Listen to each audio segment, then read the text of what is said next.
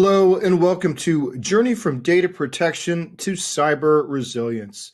Today's webinar is sponsored by Rubrik and produced by Actual Tech Media. My name is Scott Becker. I'm from Actual Tech and I'm excited to be your moderator for this special event. Now, before we get to today's great session, we do have a few housekeeping items that are going to help you get the most out of it.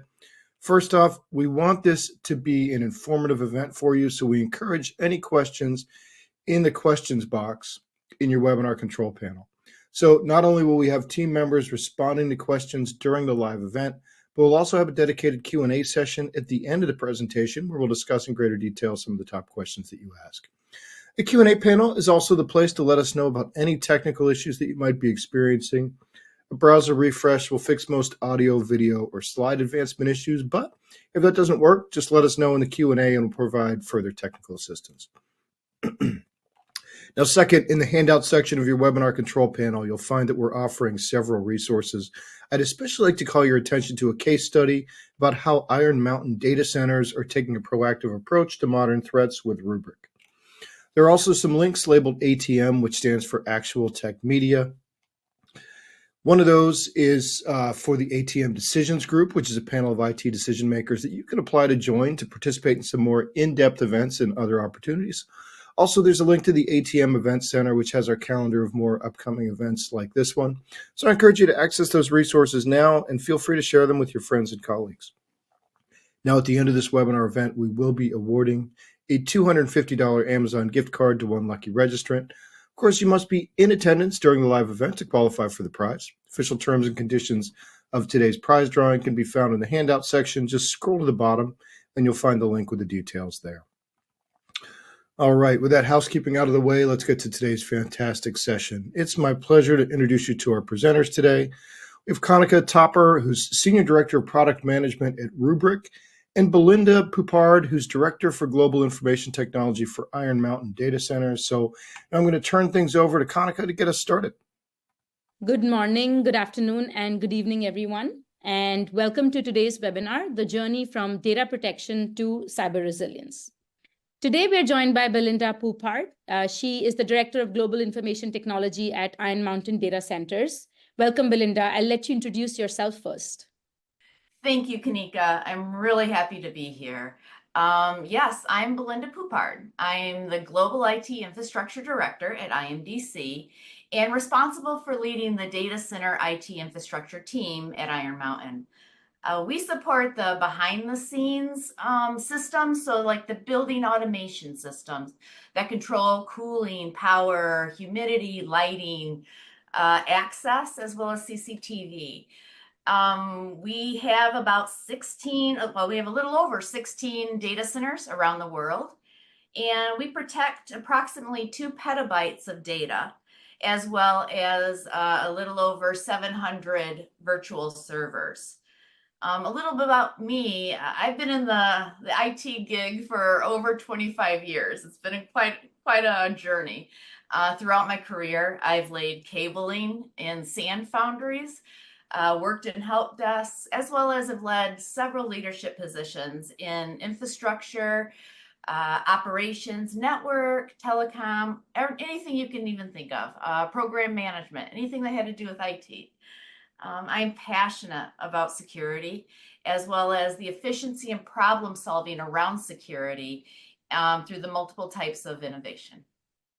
Excellent. We are very, very grateful to talk to you. And we share that passion in cybersecurity. So let me give my quick introduction. I'm Kanika Thapar. I'm Senior Director of Product Management, responsible for all security products at Rubrik. I've also had a cybersecurity-focused career, first in engineering, then in product management. Really believe in the power of good and trying to solve complex, hard security problems for our customers, which is why I'm at Rubrik, trying to build data security. And we're very, very grateful to chat with you today. So let's dive right into what we're going to talk about today. So today, there's going to be a lot of conversation in trying to understand how you can leverage modern data protection to build the right data security strategy for your companies. We'll also hear from IMDC on how they've seen reduction in IT overhead, on how they've built that out for their backup and recovery. And then, of course, how can we help you adopt better data protection and proactive data security strategies to build cyber resilience in your enterprise? The latest Rubrik Zero Labs report shared some very, very astonishing stats that are really making IT and security teams and professionals challenge how they've been thinking about cybersecurity strategies. For instance, 94% of IT and security leaders that we interviewed reported their organization experienced a significant cyber attack last year. And 38% of these organizations had at least one data breach from a cyber attack. And of course, that would be very, very challenging and damaging for the organization. So Belynda, what are some of the key factors for IMDC that are driving the need to think differently about data protection amidst this evolving threat landscape? Oh, yes. Data center specifically is adding additional layers of security around our industrial controls and our operational technology. We've always protected them through isolation, access control, etc. You know, the standard means of protection. However, now we are proactively threat hunting within those platforms and fine-tuning our protection for even those extremely rare cases. The bad actors are getting smarter, and we are trying to be one step ahead of them to protect our data access and availability, of course, and then also ensuring that our data integrity is still intact, as well as that authenticity. Got it. Now, I guess moving to business continuity during a cyber attack. 60% of IT and security leaders are extremely or very concerned about the organization's ability to maintain business continuity during a cyber attack. And that's what we've been hearing a lot across the board from all leaders, because when you're under attack, there is so much else that's happening that business continuity takes a backseat. And it's very challenging when the IR team comes in, when legal and compliance comes in, where you might need to pull in government agencies like the FBI to help you during an attack. It's very hard to keep the business up and running and offer that continuity in a very safe way, knowing that the attackers might still be a part of your system and might still try to bring it down again. So I guess what keeps you and your customers up at night, as I've teed this, and what are the areas you focus on to keep business continuity in today's threat landscape? The unintentional what ifs lately, the risk management around those what ifs as well. The CrowdStrike incident has us all questioning, how do we protect ourselves from the good guys? And Zomora, IMDC's senior cybersecurity manager, I have to give him a shout out because he's always talking about how internal actions are just as much a threat to a company as external threats. So, you know, what do we do as a company? We invest in employee education and making sure our employees know about phishing, social engineering, all of those types of things. Everyone in IT has done something in their career that produced an unintended result and negatively impact someone or something. It is the nature of growing as an IT professional. As companies tighten their belts on budget spending and workforce reduction, what tools or resources do we need to have in our tool belt to identify and remediate incidents like the CrowdStrike incident quicker?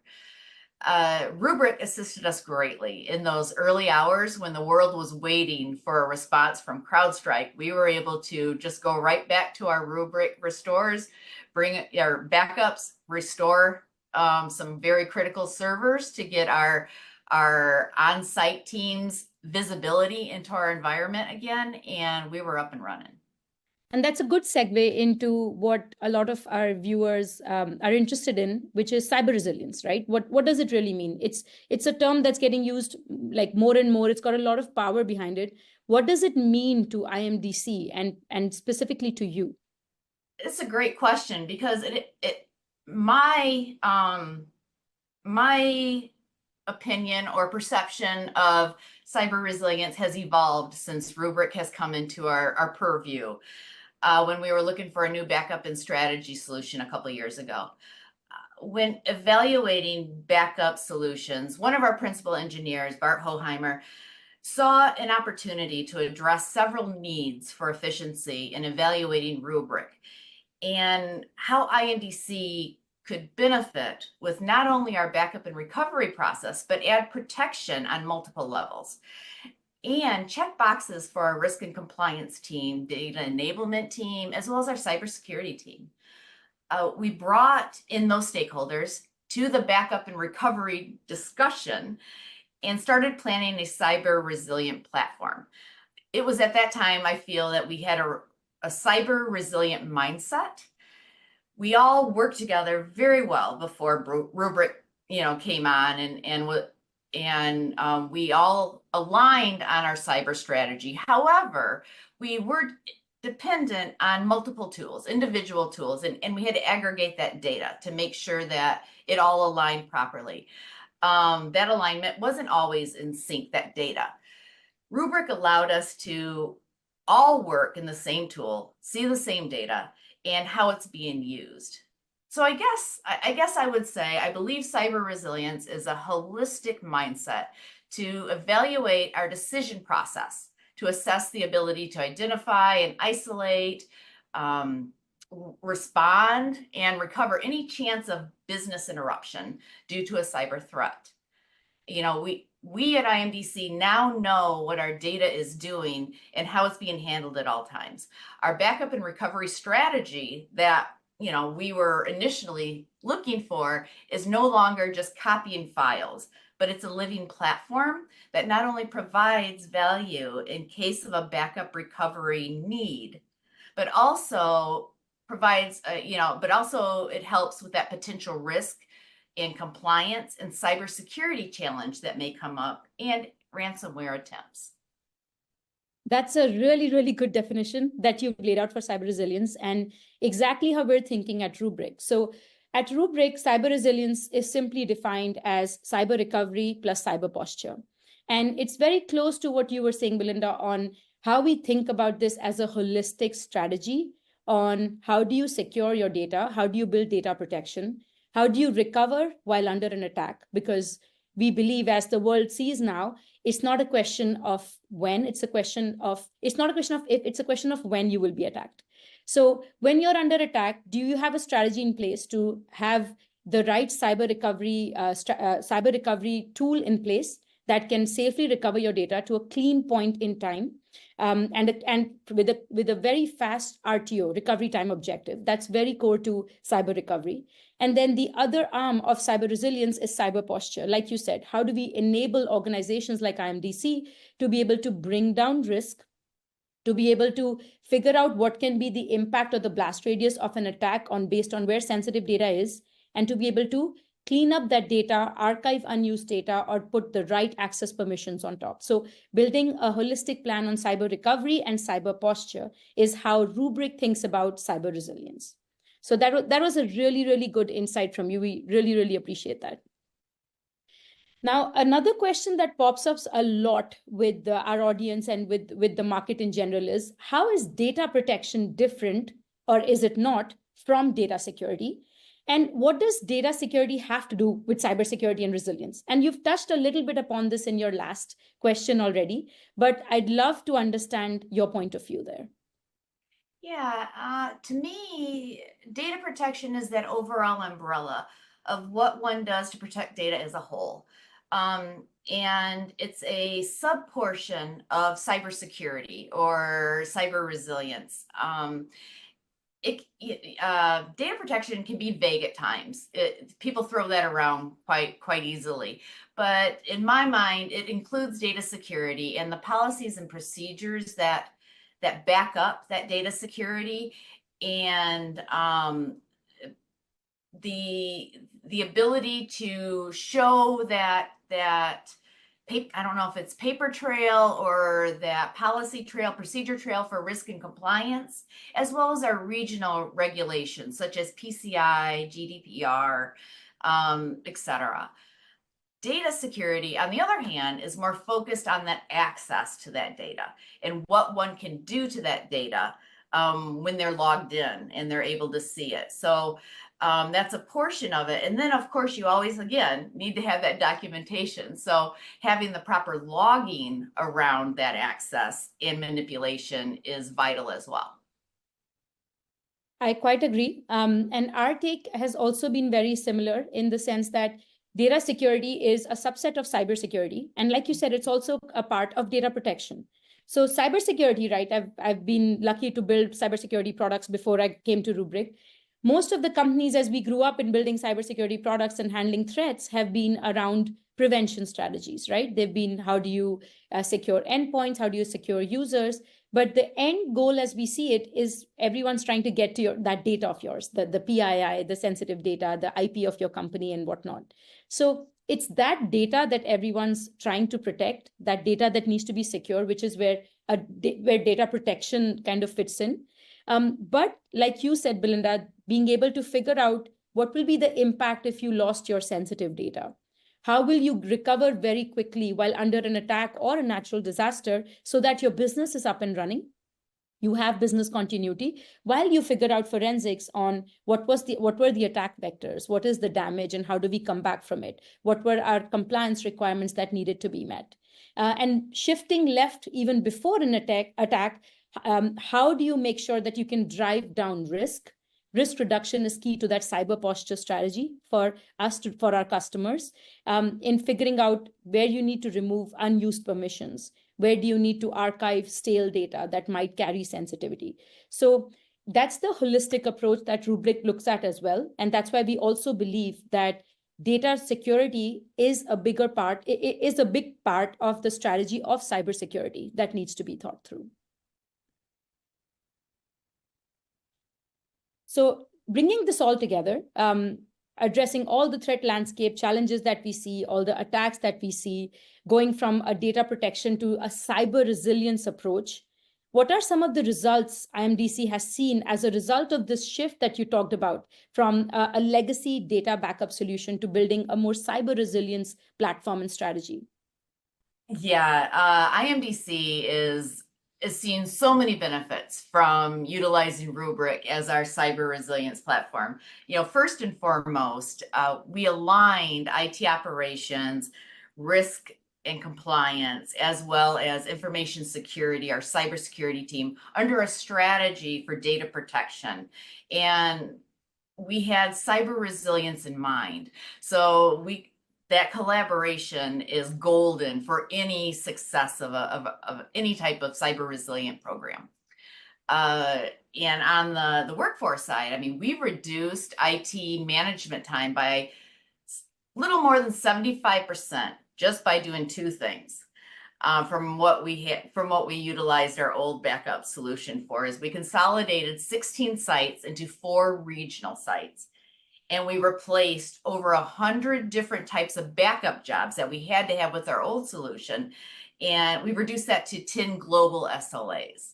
So that in itself, you know, freed up about 75% of my time, or our team's time, I should say. The additional time savings that we received was approximately 15 hours of IT management with our database team, our data enablement team, with the implementation of RBAC.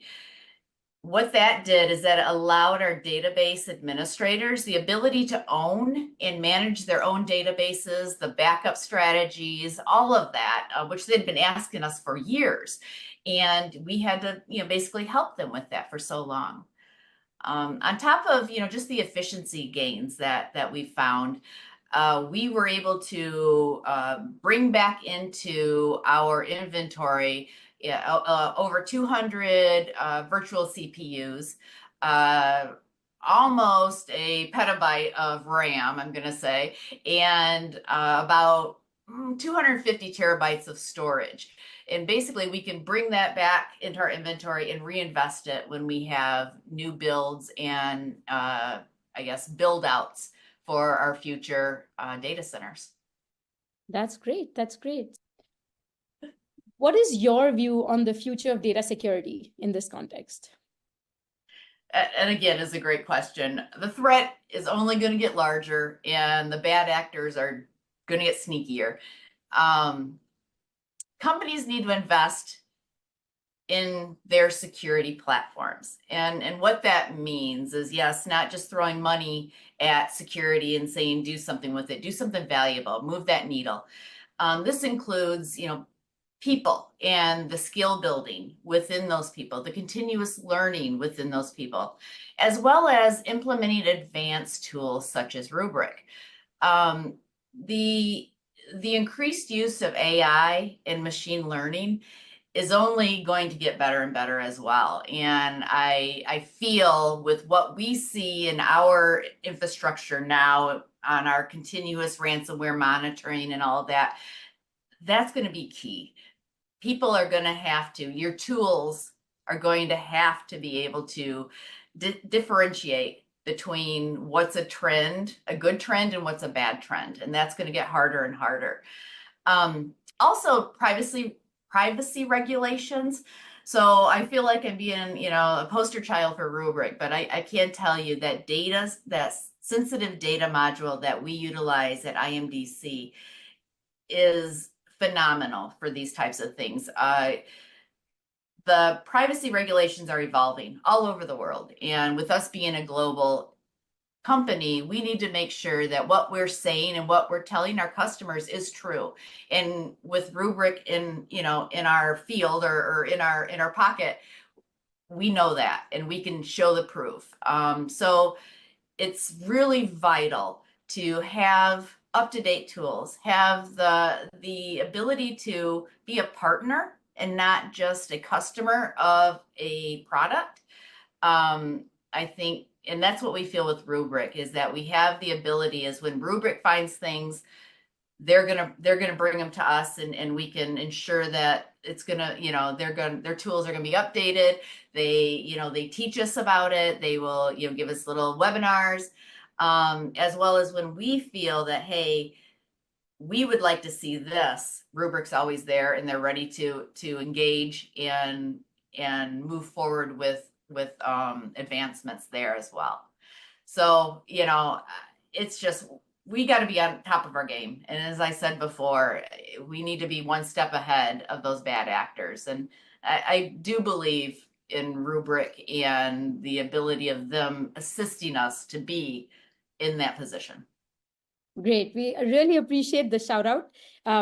Allow me to share Rubrik's perspective, which is very closely aligned to how you are thinking, Belynda, as well. So Rubrik has kind of been growing up with backup, but it was always a platform that was built with cybersecurity first. So it's always believed in the zero trust model. And as we think about how data security evolves, everything starts from data. So data protection and being able to have immutable backups is the foundation that builds a good data security strategy, according to Rubrik. Next, just like you said, Belynda, it's extremely crucial to be able to offer cyber recovery, which is the ability to, while under attack, to safely recover data, be able to run threat hunts, figure out your blast radius on where is sensitive data and what is the impact that I have, and really be able to get back up your business and critical apps up and running while you're under attack. And that's something Rubrik has been building for a few years and providing advanced features to customers like IMDC. But what we're also doing now, as we think about the holistic data security strategy, is building cyber posture, which is shift left, which is making sure that even before an attack, how do you do risk reduction in a way that you've figured out not just sensitive data, but you're able to classify and categorize that data. You're able to figure out who has permissions on that data, and you're able to remedy the permission changes that are required to lower the blast radius and impact when you get attacked. So in short, like I was mentioning earlier, cyber resilience for us in its simplest sense is cyber recovery and cyber posture. So as enterprises are thinking of a cyber resilience strategy and the future of data security, they should be thinking holistically of before, during, and after an attack. What do you need to secure and safely recover your data while that attack is happening? And what do you do to reduce risk? That's how Rubrik thinks about cyber resilience, which tracks very closely to how IMDC is using Rubrik for its cyber resilience strategy today. So those are the questions I had for you, Belynda. I believe we have time for some more questions from the audience as well. Maybe let's start with one that I'm seeing here. What were some of the challenges you faced when migrating off of a legacy solution to a new one? And how did that impact day-to-day operations for you? Actually, it was very seamless, and we didn't have any challenges. The only thing, the biggest challenge I think we had was the education of our application owners on what now is available to them. We were able to easily bring over site by site through the Rubrik bricks and set up, work with those application owners and build out those SLA policies. So the only challenge I can think of was just teaching them and being able to get them to feel comfortable with owning their data, owning their backups, and doing whatever they wanted with their backups. They were used to kind of just always getting a hold of IT to do these things, and now it basically gave them the power to start doing that. Here's another good question. What does the threat hunting program look like at your company? That's a great question. Because data is like the number one thing for Iron Mountain. We are very proactive in our threat hunting. Pen tests. We do internal pen tests. We do external pen tests. We do, well, and I'm going to take a step back. As I mentioned earlier, before our pen tests and actually looking for those threats, and anytime new things come out, it was all, our easily obtainable data, I guess we're going to, the standard data or the standard servers that everyone always thinks of when it comes to some threat hunting, were looked at. And now we're really taking the approach of, okay, we're looking at our ICT. We're looking at those industrial control platforms. We're looking at things, our cooling. We're looking at trying to get in there and see what has always been in the back of people's minds, and we've always kept them isolated so nobody could touch them. But you know what? As I said, threat actors are getting smarter. So our threat hunting is constantly looking at trends, is those pen tests, is we're constantly reviewing logs. We have alerts all over the place that come up when any type of trend looks abnormal. One of the things that I'm very excited about is, IMDC is utilizing the ability now we're implementing digital twins into our environment that is going to allow us to proactively, I guess, attack a digital twin of our data centers and make sure that we are crossing our T's and dotting our I's, and see if there's anything that we haven't thought of that we can address. So yeah, that's kind of what we're doing right now, just to keep in front of it. That's great. All right, maybe we'll get to one more question. Somebody is asking, if I need to embark on a cyber resilience program at my organization, where should I start? And it's usually the starting bit that's hard, right? Yeah. Do you have money? Yeah, this is probably a better one for you to answer, Janika. But one of the things that I will suggest is to bring in those stakeholders. Bring in even the people that you didn't think would be interested in that cyber resiliency or that cybersecurity platform, and align on what your goals are and work through those initiatives on the good, the bad, and the ugly. Everyone has good, bad, and ugly, and when you align as a stakeholder, as the stakeholders of your company, that you are responsible for that platform, the whole cyber resilience mindset sets in. And, then you go to people like Rubrik and they just blow your mind. So yes, thanks, Belynda. Our enterprise customers also think very similarly, like you're saying that IMDC thinks about. So what we've seen with the enterprise customers is that this conversation starts at like the board or the C-level, and as they think about their cyber resilience strategy, either because they are proactively working towards risk reduction, or unfortunately they've been breached, they are bringing in all key stakeholders that will have an impact or that will drive towards a good cyber resilience strategy and risk reduction. And what we've seen there is involvement of the CIO org, involvement of the CISO or the CISO org. We're also seeing involvement of the GRC, governance, risk, and compliance teams heavily. And of course, any other cloud security or database teams that are involved. So we're seeing these teams come together very holistically in building a cyber resilience strategy, understanding their RTO, RPOs, understanding what is their posture, what tools they'll use for the posture, and what tools they'll use to drive the risk down as part of their proactive strategy. So that tracks with what we've seen. I think we're out of time on questions. Thank you for sending really, really good questions. I want to wrap up here and take a minute again to thank you, Belynda, for sharing insights and spending time with us today in helping the audience understand data security as a holistic strategy, but also cyber resilience. Thank you so much. I loved being here. All right. And thanks to Kanika and Belynda for a really interesting conversation there. It's fascinating to hear how one of the most prestigious data protection firms in the world has been using Rubrik in their core mission. And by the way, if we didn't get to your questions here during the presentation, we will pass them along to Rubrik for follow-up. And before we wrap up, we have one more piece of business. It's the Amazon gift card prize drawing. And the winner of the $250 Amazon gift card today is Alex Luing from California. So congratulations to Alex. We'll be in touch to get you your card. And with that, on behalf of the Actual Tech Media team, I want to thank Rubrik for making this event possible. And thanks as always for attending and for your great questions. That's going to conclude today's event. Have a fantastic rest of your day.